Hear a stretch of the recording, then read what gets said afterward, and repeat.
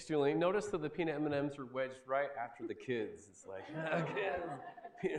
there's always a big jar sitting on my desk because I love peanut M&Ms, and they're a great reward system. You scratch something off your to-do list, ding, you get an M&M. So I highly recommend it. I'm thrilled to be here and talk about a topic that I think is a happy topic, and that is talking about flourishing. So let me start out.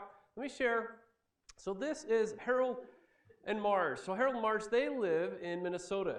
And on this particularly icy winter, like Midwest is having right now, they decided to get out of Dodge and to go celebrate 50 years of marriage and go fly down to Florida where it's warm and sunny. But their schedules didn't line up. So Harold, he had to fly down on Friday, and Marge had to fly down the next day on Saturday.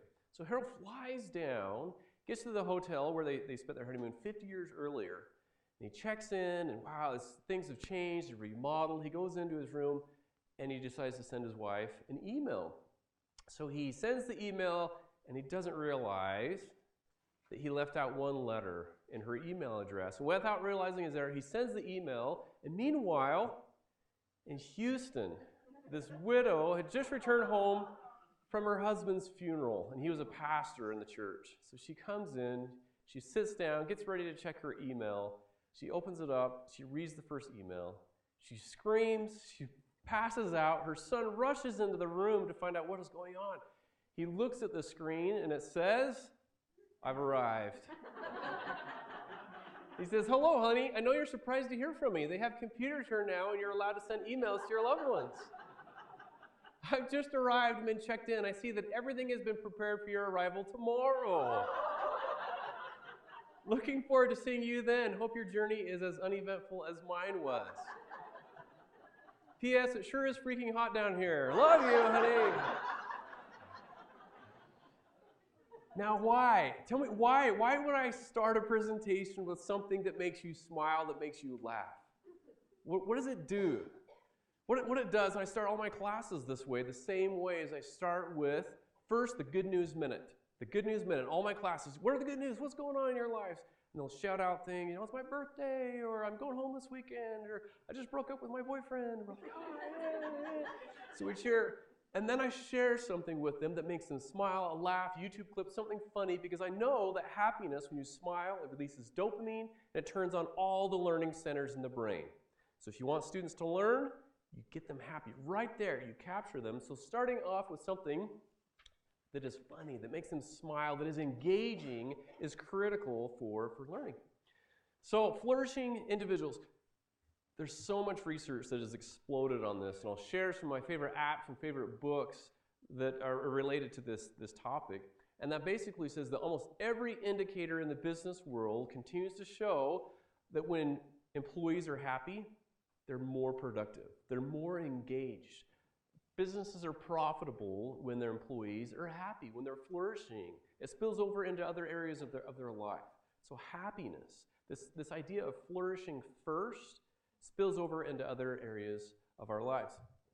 So a happy brain. What are some of the advantages? We know from the research that happy brains are about 3 times as creative as unhappy or neutral brains. We're about 31% more productive. How many would you love to be more productive in their work? Turn on the happiness and the positivity, tilt toward that, and it turns on, again, all those learning centers in the brain. Energy rises, creativity rises, all of this intelligence rises when we are happy. The happy first. The previous model is broken, and that was, if I worked really hard, and then I'll be successful, and then I'll get to be happy. Whether it's in parenting, if I work really hard as a parent, then I'll be successful, then I'm happy. At work, same thing. Work really hard, I'll be successful. I'll get tenure, and then I'll be happy. But that's a broken system. So new neuroscience and positive psychology says it works the other way around. When we're happy first and we flourish first, then it spills over into the other outcomes of success. So here's an amazing study, again, that shows the amazing effects of positivity. So what they did is they gave these newspapers to these volunteers who come in for this study. And first they divide the volunteers into those who felt like, they knew beforehand, they had them complete a survey, those who felt like that they were lucky and positive, good things tend to happen to them, and then those who were pessimists, who didn't feel like they were lucky and good things didn't happen to them. So they knew this beforehand. They gave them the newspaper and they said, count how many photographs are in this newspaper. And if you get it right, we'll give you $5. So those who were more the negative, the pessimists, who didn't feel like good things happened to them, they took on average about 2 minutes. They'd flip through and they found 43 photographs and they turned it in, they got their $5. It turns out that on page 2, in big 2-inch letters, it says, stop the study. There are 43 photographs and turn this in. Now, they didn't see it. Those who were positive, it took them an average of about 5 seconds. They flipped, they read that, and they turned it in and said, is this right? Yep, and they give $50. So it was those, when we're positivity, it literally expands us. It's called the broaden and build theory, that when we're positive, we can see more. Now, they went back and actually looked at their eyes. Those who were negative, they did see it. They saw it, but it didn't register in their brains because they skipped over it because of the negativity. And when we're stressed out and negative and pessimistic, then we don't see as much opportunity in our lives. So what are some barriers to positivity? There's all kinds of barriers. When we're, the acronym HALT, hungry, angry, lonely, tired. Have you heard of that?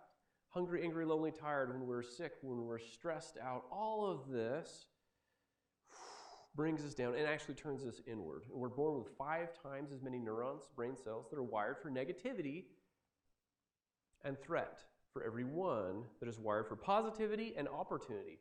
So already we have this negativity bias, and negativity stands out to us. All kinds of barriers.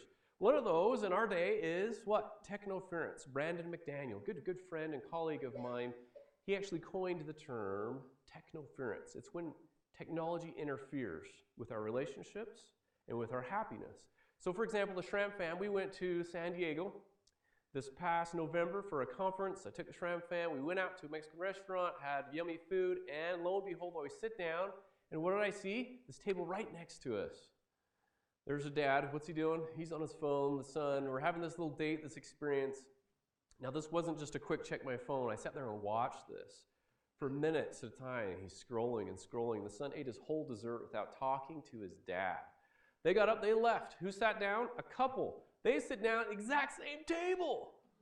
Like, what the corn? What is going on? Is this cursed, this table? And they're on their phones as well. So technoference interferes with happiness. The more time spent on electronic social media, we're finding after a certain point, boom, then the happiness decreases and anxiety and depression increases. So how much stress? This is a great question about stress. Stress is one of those barriers that gets in the way of happiness, isn't it? We're really stressed out. Then we can't focus. We can't see anything that's happy. Raise your hand in this room if you experienced a lot of stress in 2018, in the year 2018. Raise them high. How many of you, be honest, experienced a lot of stress? Yeah. So maybe a third or more experienced a lot of stress in this room. So this was a study of 30,000 adults. They followed them for 8 years, and they asked them several questions, one of which was, how much stress did you experience in the past year? Those who experienced a lot, who said, I experienced a lot of stress, experienced a 43% increased risk of dying the following year. Now, that doesn't mean that 43% of you who just raised your hand, sorry, yeah, you won't be back for the lunch and learn. Yeah, so we'll see this continue to diminish the attendance here because you won't be here next year. No, that's not what that's saying. This was only true for those who also said, do you believe stress is harmful for your health? Those who strongly agreed, and they say, oh yeah, stress is just killing me in my heart and it just wears me down. Who experienced the lowest risk of dying? Those who experienced a lot of stress but did not believe that stress is harmful to your body. What? What is that? So what does that mean? It means that about 20,000 deaths per year are due not to stress, but from believing that stress is harmful to your body. Isn't that fascinating? It kills more people than HIV. It kills more people than homicides in the U.S. It's believing that stress, the 15th leading cause of death. So what does that mean? It means that when you change your mind about stress, you can actually change your body's response to stress. I think that's pretty fascinating. When you experience stress, pause and just notice it and say, wow, this is my body preparing me to engage in this task. Taking some deep breaths, engage the oxygen in the prefrontal cortex of your mind to be able to focus. So that's a lesson I think that we can learn. What contributes to happiness? Now, this happiness pie, it's been kind of debated as of late as far as what percents lead to what, but approximately half of all of our happiness is inherited. You can blame mom and dad for your levels of happiness, but only about 50%. The other 50%, it's related to 10% our circumstances, and this one is fascinating to me. Rich or poor, no matter what you drive, the type of job, if you work here, you work at another university, you work whatever that is, we get used to our circumstances.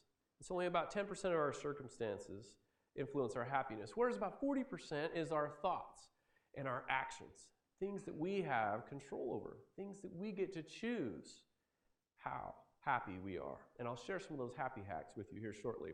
So happiness is not inherited. Well, about 50%, Sean Acor, of that is inherited. The other 40% is up to us.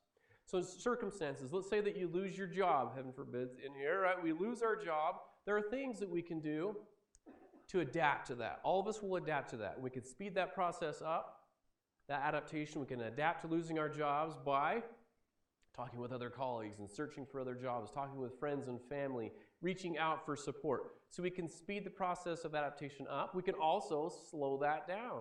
You could say, oh man, this is useless. I'm just going to sit home and watch, I don't know if you can see that very well, watch TV and Netflix and just veg out. That slows the process of adaptation down when negative things happen to us, our circumstances. It's very interesting, the opposite we don't talk about hardly ever, and that is when positive things happen to us, what do we do to speed that up or actually slow down a positive experience? Now, there are things we can do. We can actually take some time. Research shows it takes between 10, 20, or 30 seconds to just live in the moment, absorb it, enrich it, think about it. Right? Those tasks that you have on your to-do list, we get such in a hurry, we scratch it off, or someone says, wow, you look really nice today. Oh, thank you, and then we move on. But if you actually paused and that positive mental state to turn into a positive neural trait, to actually lodge it in your brain, takes a little bit of time. It takes between 10 to 20 seconds of actually absorbing it, staying in the moment. So the next time you're doing something, you feel like, wow, this is really great. I love this. Or I'm fishing with my child, or something, a phone call, or a compliment, or you accomplish something. Don't rush on to the next thing. Pause just for a few seconds and absorb it. Live in it. Enrich it. And absorb in that moment. We call it savor. Savoring that moment for a minute. And then we're more likely to actually enrich it and install it in our brains. So we know, right? We know things, these facts and things that happen, but now we need to take time to feel it. And that is different than knowing that something good happens and actually feeling the effect of something positive happening. So we have to get better at this side of the equation. In fact, Rick Hansen, he says, I love this quote, it's good to get good at taking in the good. Isn't that good? Yeah, isn't that great? I love that quote. It's good to get good at taking in the good and absorbing the good because we're wired to focus on the negative. In fact, I can prove it. You go in with your advisor and they talk about all these wonderful things for 28 minutes in your annual review, and they're going on, and they say, actually, before you leave, Adri, what we need to do, we really need you to work on this. And they say one negative thing. When you leave there, what are you going to be focusing on? It's that one negative thing, isn't it? Or your child comes home with a report card, they've got 5 A's and a C minus. Where's your brain go? Immediately the C minus. Same thing with Christmas lights. And one's out, that dang bulb that's out. What do you notice? If it's your own Christmas, you're like, oh man, it's the stinking bulb. Green grass, and there's a patch of brown. We can go on and on. We're wired to focus on the negative stuff that our partners do, the negative stuff that our kids do. We're absorbed by it. We're fascinated by it. We jump right on it. So our brains, they receive about 11 million pieces of information every second. But we can only process, research shows, about 40 bits per second. Now, have you ever driven in a snowstorm when all that's, right, snow, and you put it in at nighttime and you've put on the brights? What does that look like? Just all this. That's like our brains, really, with all this information coming at us. So while you're looking up here, and you look up at the screen, there are all these other information that's coming back that's really processed through our subconscious. You know, I'm hungry, or I need to text someone, or I need to use the bathroom, and all of this is coming at us, but we can only focus on 40 bits, and I'll prove it. Everyone think about your right toe, your right big toe right now. Now wiggle it. Okay, you weren't thinking about that a second ago, right? Because our brains can only focus on 40 bits. So our brains are pretty cool. But when I saw this, I was like, man, our brains are nothing. Right? 11 million pieces of information, we can only process 40 bits. But when I learned this, it was that big aha moment. Because what does that mean? It means we have to choose what we focus on and what to dismiss or ignore. But again, we're wired for threats. Somebody's phone goes off in here. Where does everybody's brain go for even a split second? Right to there, maybe it's yours. You're like, oh man, is mine off? We're wired for the negative. So your reality really is a choice. And that big aha moment for me was, wow, I get to choose. Now, it doesn't mean that bad things won't happen and negative things don't happen. I'm not even going to worry about the negative. Of course, bad things happen. But when people say, Dr. Dave, why are you so stinking happy? I look at them and I smile and I say, 40 bits, man. 40 bits. They're like, what the heck are you talking about? And then I get to explain this. The trade-off is this. I can think about negatives, but if all my 40 bits are consumed with a negative, what does that mean? It means I can't see the positive stuff my kids are doing or my partner's doing or the good things that are going on in my office because I'm so wired for and anticipating and looking for when my teenager comes in the door. My heart rate goes up. I have 3 teenage daughters. Oh, there, that was it. That was it. Anyone else have 3 teenage daughters? My heart rate gets up because, okay, here it goes. Or I can choose to change my mindset and to focus on the 40 bits. I have a good friend, Wally Goddard. Some of you know Wally. He had cancer, bladder cancer, had his bladder removed. Now he has his bladder he wears it under his pants. He went through all these treatments. He had 18 infections, bladder infections in a year. Do the math on that. How does all that happen? And yet, Wally was the epitome of this. He'd send in his emails, close friends and family, things like, oh, this week is really rough and I got really sick, but man, I've got so much hose in me, I'm going to save it all for my garden. I can't imagine what I could do watering my garden. He was able to focus his 40 bits on the good stuff still. So everyone, hold out your finger. Go like this. Okay, that's a finger curl. Okay, all right, that's enough. So this study is one of my favorite studies of all time. So they had groups come in. The first group, they come in, they pull the lever that measures how much their finger strength is in this lab. They pull the lever, and then they're instructed, all right, you need to do finger curls for 15 minutes a day for 12 weeks. You're like, man, what have I got myself into? Can you imagine going home? You're like, honey, what are you doing? Oh, finger curls for this stupid study. Yeah, or group 2, I think this was worse. They come in, they pull the lever, they're instructed, all right, go home, 15 minutes a day, 12 weeks. You can't finger curl, you got to visualize your finger curls. So now you're home and you're against the wall and your sweetie's like, honey, what are you doing? Finger curls. Okay. Group 3, they come in, they pull the lever. They're instructed not to do anything. They don't know about the study. So then they all come back. 12 weeks later, what is the result? Group 1, a 53% increase in finger strength. Can you imagine walking around? Look at these sausages, man. It's like, dude, what happened to your finger? It's finger curls, man. You should try it. Yeah, don't volunteer for these kinds of studies, right? Don't do it. No matter what they're paying, don't do it.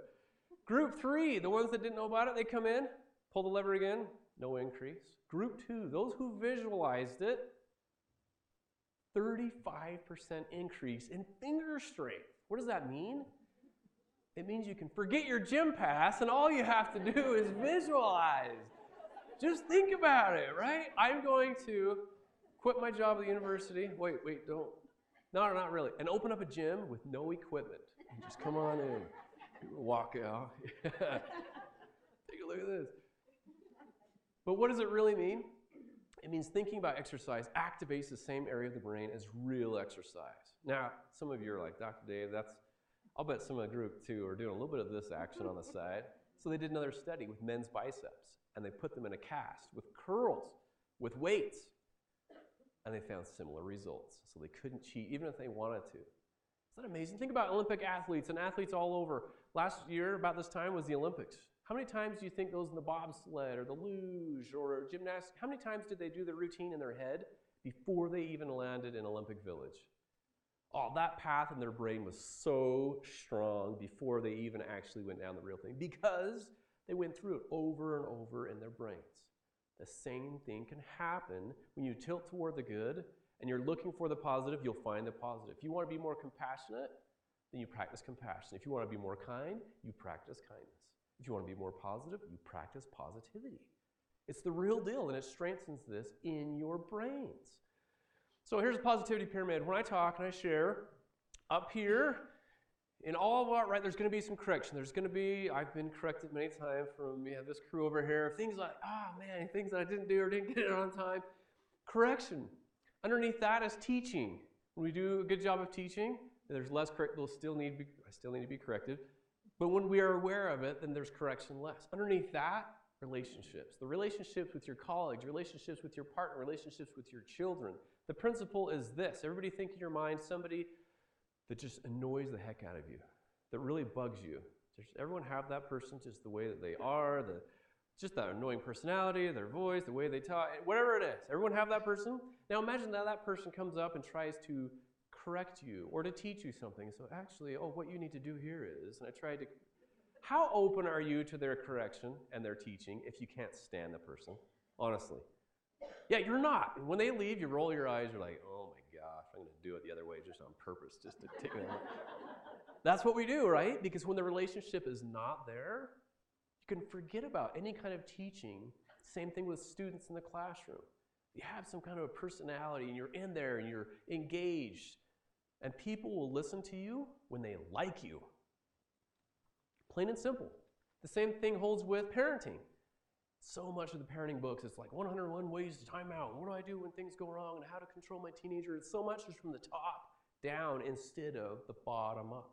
Underneath this, relationships is, that's right, we're talking about it today, being a happy, positive person. People love to hang out with happy, positive people, right?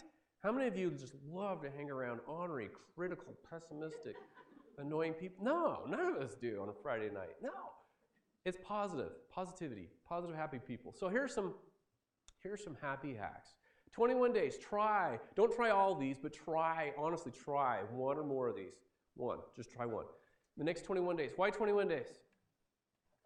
Okay, yeah, we've heard that. It takes time to build a habit. Now underneath that, actually the research shows, why 21 days? Because every 21 days, most of the cells in the human body are regenerating. The tongue are some of the fastest, femur some of the slowest. And so when you actually start a habit, it literally becomes part of your cellular structure. You want to become positive down into your cells, you start doing it. So it encodes it into you. So 21 days ago, none of you are the same. 21 days from now, no cell from the hair follicle to your skin will be the same. So when you start to do something, you actually ingrain it into the very being of who you are at the cellular level. That's why it's 21 days. I think that's pretty cool. So journaling, how many of you journal? There's been research studies on this now, right? It was journaling, everyone keep a journal, but now the science has caught up with this and they say, yeah, when you get to relive, it allows your brain to relive and experience the last 24 hours and you jot it down, it cements it in your brain. So when you think about something that's great that has happened, you get to jot it down. The same things when you talk about it. You talk about it in your offices, you talk. If you talk about the positive, good things, in the Shram fam, similar in journals, my wife has a 5-year journal, like one line, can't remember what it's called. 5-year journals, you can Amazon it. And it's 5 years on one page. So it's like February 5th, 2019, 2018, 2017, she's on the 4th year of it. So she can look back. Every night my wife will say, oh my gosh, it was a year ago that did it, or 2 years ago that did it, or 3 years, right there. Isn't that awesome? And we get to relive it at nighttime. She's sitting in bed, she's doing her journal, I'm doing mine. We get to relive that. So journaling, it's an amazing, amazing way to increase the positivity. Gratitude. This one in my mind is one of the strongest. As I've looked at the research in this area, it's being able to focus on and pay attention to the small little things and being grateful for them. The research just blows me away. This is only the tip of the iceberg. And the research on gratitude, tilting toward the positive. If you want a great app for it, the 5-Minute Journal app. Probably it's on my home screen. Your home screen has your favorite apps. Yeah, mine is right there on my favorite all-time apps. I've been doing it since April pretty faithfully. I've only missed a day or two, and then I've gone back. What it does is it starts at 8 a.m. I get a little notification, and it says, let's start the day, 3 things that you're grateful for. And if you do this, and not just write down my family, my dog, breakfast, but if you actually think about and focus on 3 new and specific, can't be the same things, 3 new and specific things, and you do it for 21 days, you will have all this positivity, this gratitude that's flowing through you, and you'll be able to see more things. 3 things that you're grateful for. At the end of the day, at 9 p.m., it pops up, a little reminder. It says, what amazing things happened today? And then I get to take time to journal. I love the app. Some people like handwriting. I love this app because I get to take one picture as well. In real journals, you can't do that. And scrapbooks, you can. But I get to then look back and scroll through, and as soon as I see a picture, immediately my mind is taken back to that day, and I remember exactly what happened. So I don't only get to read about it, but then I get to see it, of what happened that day, the thing that I want to remember. So I love this. I love this app. In the Shram Fam, another way of doing this is we have our happy thought. At the end of the day, we get together, and in our family, we have a family prayer, and then I say one thing that I'm grateful for, one thing that made me happy that day, and then my wife goes, and then each of our children go in turn, and they talk about one thing that made them happy that day, one thing that they're grateful, one thing that went well. You can do it at dinner time, at nighttime, morning time. But what do you think that does? One of the last things they remember and talking about before they go to bed is one thing that made them happy. And then we get to learn about their day as well. My son just said the other day, Dad, it was awesome. I went out and I got all of the balls, from recess, and I gathered them all in, and I helped the teacher. I said, that's awesome, but how'd that make you feel? Then we got to talk about the good things. And it releases, again, dopamine, cements it in their brain. So finding opportunities to be grateful and talk about the good stuff that's going on. Another great TED Talk that you need to listen to if you haven't seen this one by David Steindl-Ross. He says, in daily life, we must see that it is not happiness that makes us grateful, but gratefulness that makes us happy. I love that. That's why I think you work on gratitude, not so much on, I just want to be happy. What can I do to make me happy? Just pause and forget about happiness and be still and be grateful. I love this one. He goes on, gratefulness is the key to a happy life that we hold in our hands. Because if we are not grateful, no matter how much we have, we will not be happy. Because we will always want to have something else or something more. Oh, man, that's profound. That is like Instagram worthy, isn't it? You should post that. Being grateful for what you have. Because you can never have enough of what you don't need, because what you don't need will never satisfy you. It'll never satisfy. The things that you don't need will never satisfy you, because you can never get enough of it if it's not a need. Smiling, everybody smile. Okay, that was fake. Okay, yeah, there. Your real smile releases dopamine. Some of you are familiar with the 10-5 rule. When you're within 10 feet of somebody, you smile. When you're within 5 feet, you say hello.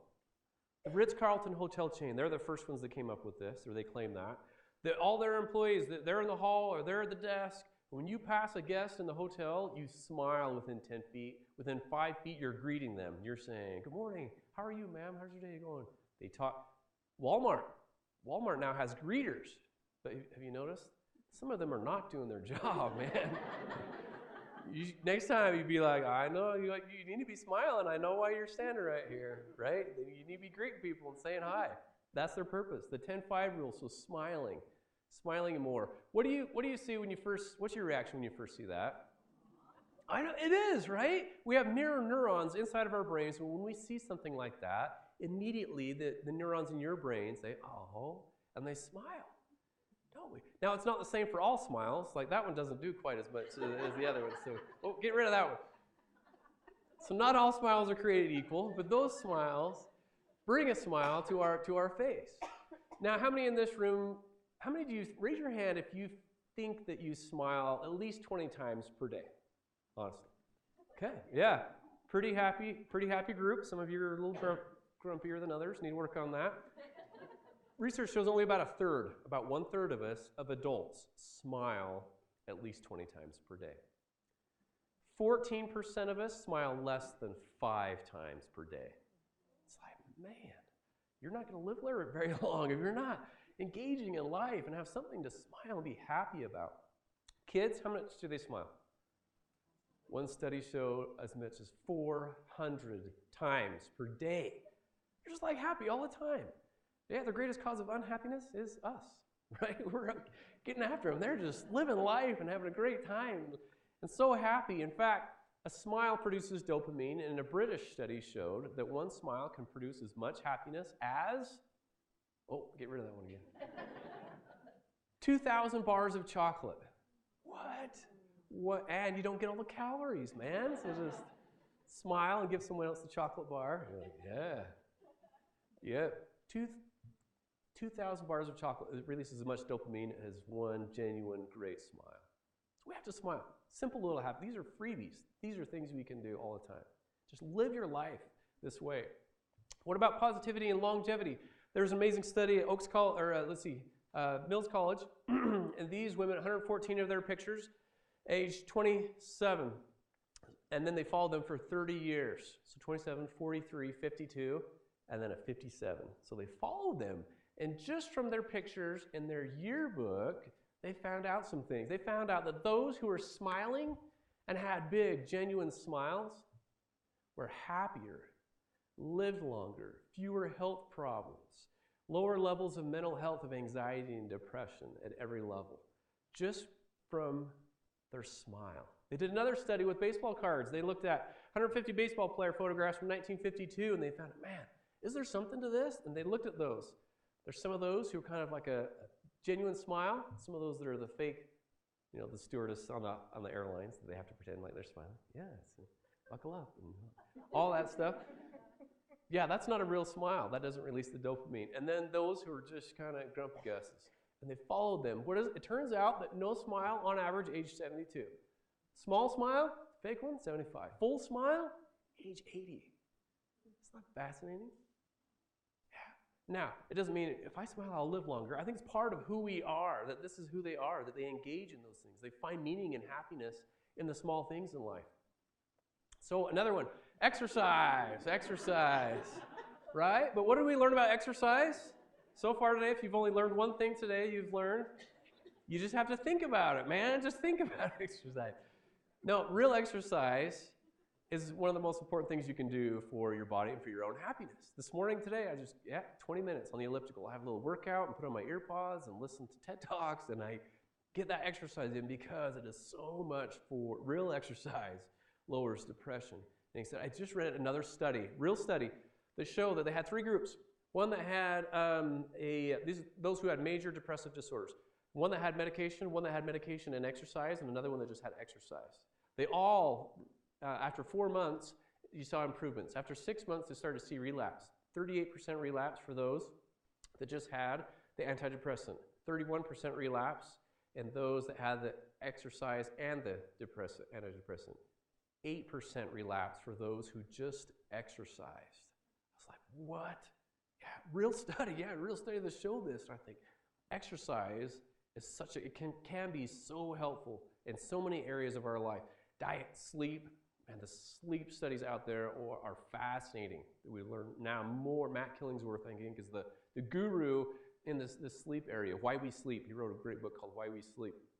And there he talks about a study of some undergraduate volunteers. So they volunteered and they looked at all these lists of these words. Then they gave them 8 hours of sleep. 8 hours of sleep, and they could recall about 81% of both the positive and the negative words. They had some neutral words in these lists. Those who had, and they did another study, those who had only 5 hours of sleep showed that they could remember between 70 to 80% of the negative words, but only about 21% of the positive words. Isn't that interesting? Because when we lack sleep, we focus and dwell on more of the negativity. That is more, because the negative words they found are lodged more in the amygdala, limbic system. Positive words were more in the hippocampus. That's short term, that's the area. So fascinating that when we lack our sleep, no wonder we're more ornery and irritable. They could only remember about 21% of the positive words. 81% of the negative words they could remember, they could recall. So these areas, happiness. Starting your day in a positive way. How many of you have a routine or you do something in the morning to start your day in a positive way? Yeah, good. That does not mean Facebook, right? Yeah, this is my positive way. One of the things that another study that they have done showed that as little as 3 minutes of negative news in the morning in this study showed that at the end of the day, they are 27% more likely to rate their day as a bad day with just 3 minutes of negative news. What you expose your mind to, your brain to, you're thinking about, talking about, first thing in the morning, really exposes you and kind of sets you on this trajectory for the rest of the day. So starting with mindful meditation or reading a book or saying prayer or whatever it is, your exercise, doing something positive. In fact, so I challenge students, and I challenge you, I call it text 2 before 10. If you can text 2 people before 10 a.m., something that is positive and genuine, a kindness, a love. In fact, we're going to do it right now. I know it's past 10 a.m. Everyone pull out your phones. You're going to send a text, if you have your phones with you, send a text right now. It can be of love, hey, just thinking about you. It's not the, hey, I have to do this because I'm sitting in this boring lecture. No, text somebody something positive, something you're so grateful for, you appreciate, you love about them. Be specific. Think about who needs this from me right now today, and do it. Send somebody a text. And then by the end, if I forget, then let me know. I want to know how many of you received a text back. Now, some people are busy, or child's in school or something, and they can't. You see what this does? If you text two people before 10 a.m. every day for 21 days, that's 42 people. Now, they've done this with other studies, and they've showed that not only are you happier and they're happier, but their social networks are broadened and they're strengthened because of who you're reaching out to. So doing something kind and a positive way to start your day. Wake up in the morning and be like, okay, who needs a text today, or who needs this email?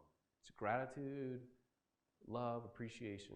But starting your day in a positive way can be powerful. Okay, discover and use your strengths. Discovering and using your strengths. This is another one of your challenges, if you decide to accept it here, is to go to VIA character. If you've not done this before, take some time to go there and to fill out this strength survey. So this is not Teen Magazine, what are your strengths? And no, this is Martin Seligman, the father of positive psychology, president of APA. This has been done for nearly 2 decades now, and he has all this data. If you complete that, it will kick out your 5 character strengths. And it's not like dancing and singing and all that kind of stuff. It's kindness and mercy and forgiveness, and the ability to love and be loved. Those are some of my 5. I printed out my 5 character strengths. I have my kids do this as well.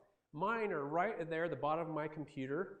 I have my A numbers, and then I have my character strengths right there, my 5 character strengths. So do that. Discover those in your office. Share it. Say, hey, what do you do this? What are your 5? Do it with your partner. What are your 5 character strengths? Discover and use your strengths. We manage our weakness. The new mantra now, positive psychology, manage your weaknesses, use your strengths. Focus and use your strengths. So that is a great way to take some time, about 10 minutes, answer some questions, and it's pretty accurate about your 5 character strengths. Finding flow.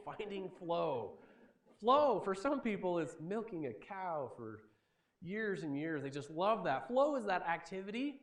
Well, Mihai Csikszentmihalyi, he talked about it as that activity where you almost lose track of time.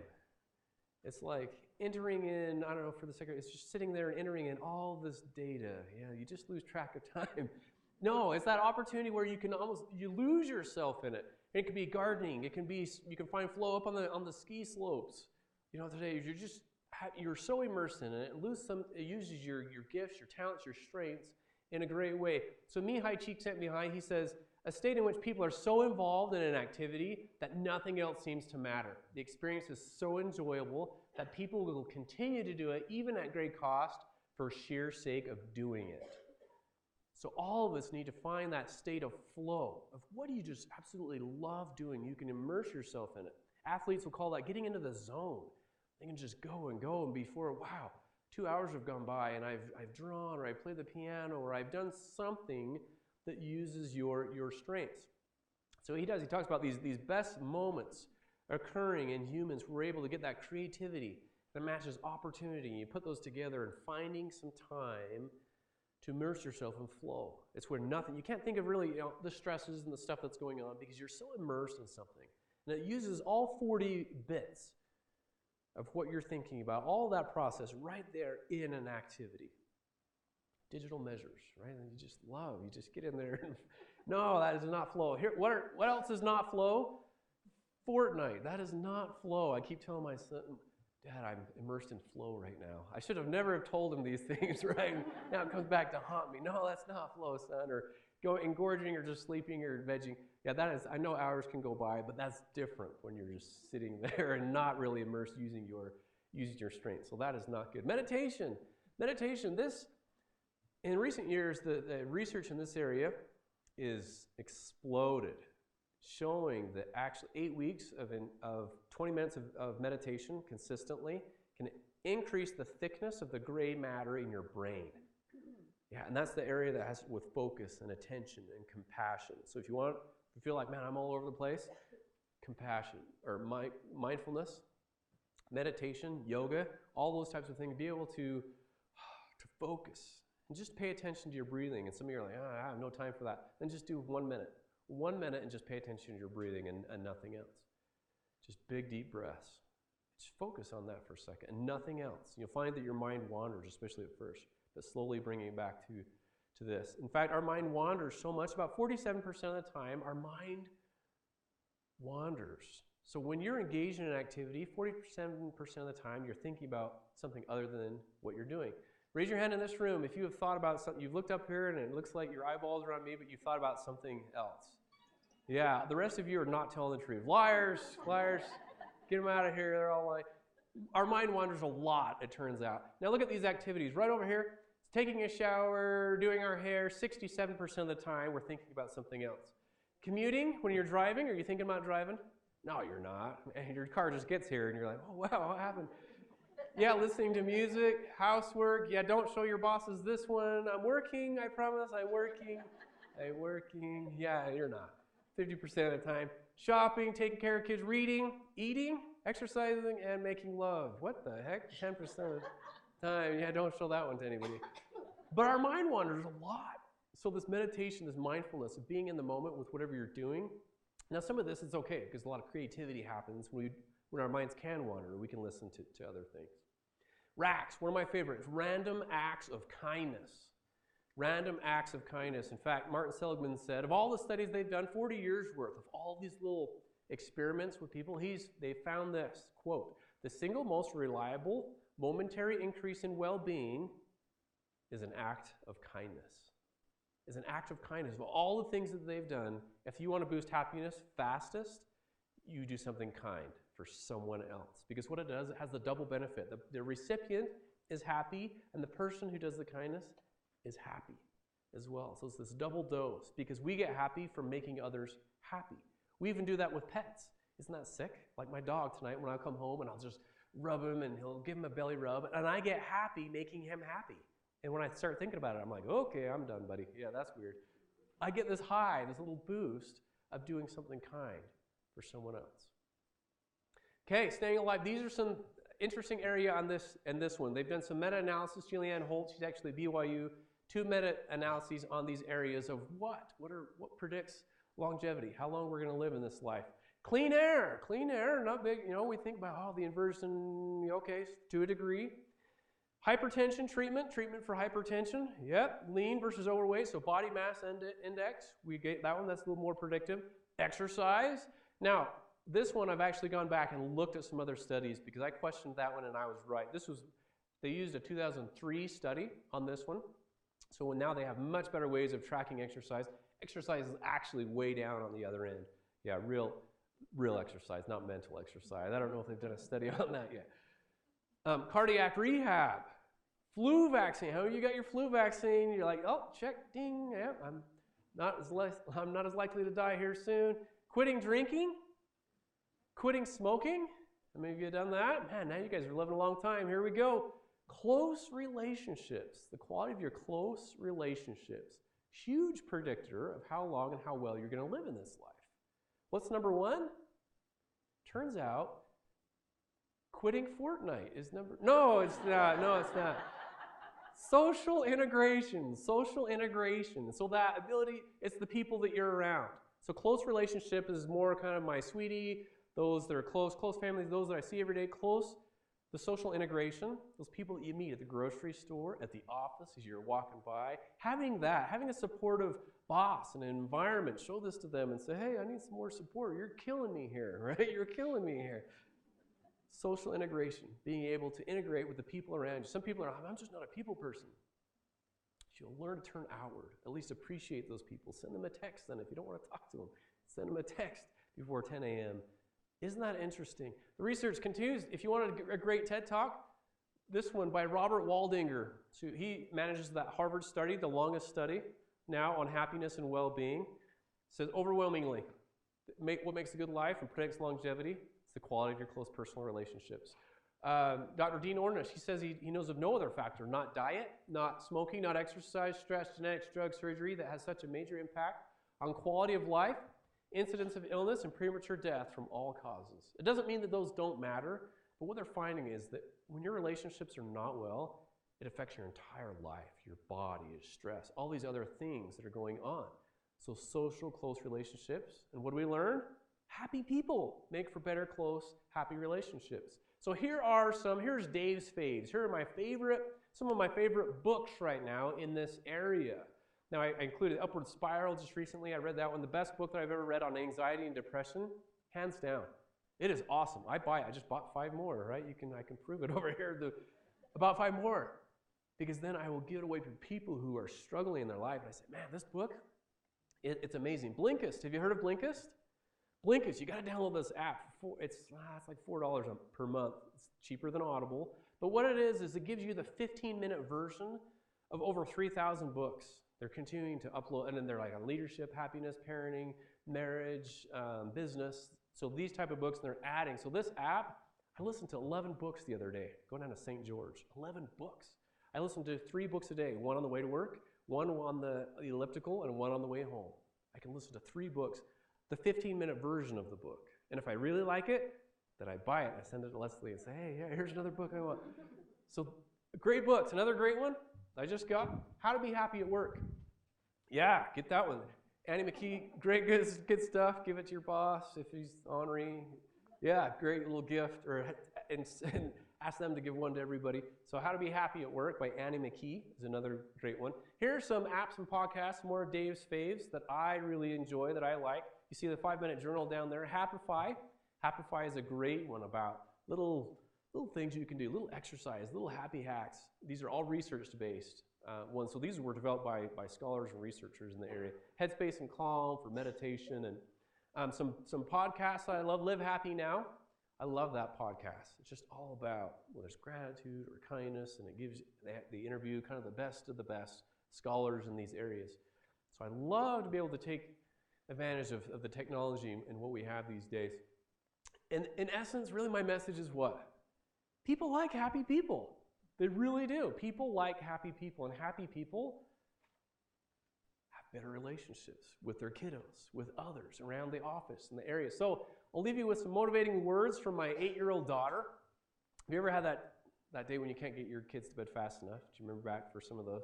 It's one of those days. I'm in Missouri. My kids are young. My 7-year-old daughter. I'm like, all right, stay in your beds. Stay in your beds. Don't come out. And what do? They keep coming out. I mean it. You got to stay in your beds, or I'm gonna. Right? All these threats. Go back to my room, and I'm like hyperventilating. What am I gonna do? This is so hard. 5 minutes later, I hear. I'm like, oh, I'm gonna let them have it. I hear something on my door, and then I bark. Get back to your room. And I open the door, and there's a note. There's a note from my 7-year-old daughter. And this is a picture of the actual note that she wrote.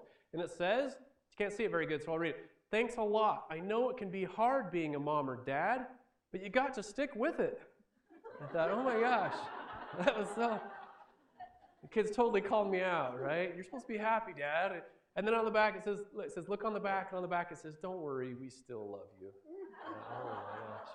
Dad, we blow it. With a lot of the stuff that I'm talking about, we have to stick with it. We have to stick with it with the 21 days, and I'm going to try to become more kind. You practice kindness. More patience, practice patience, right? Whatever it is, if you want to become that, then you practice that over and over and over, and you'll be happier. Thank you.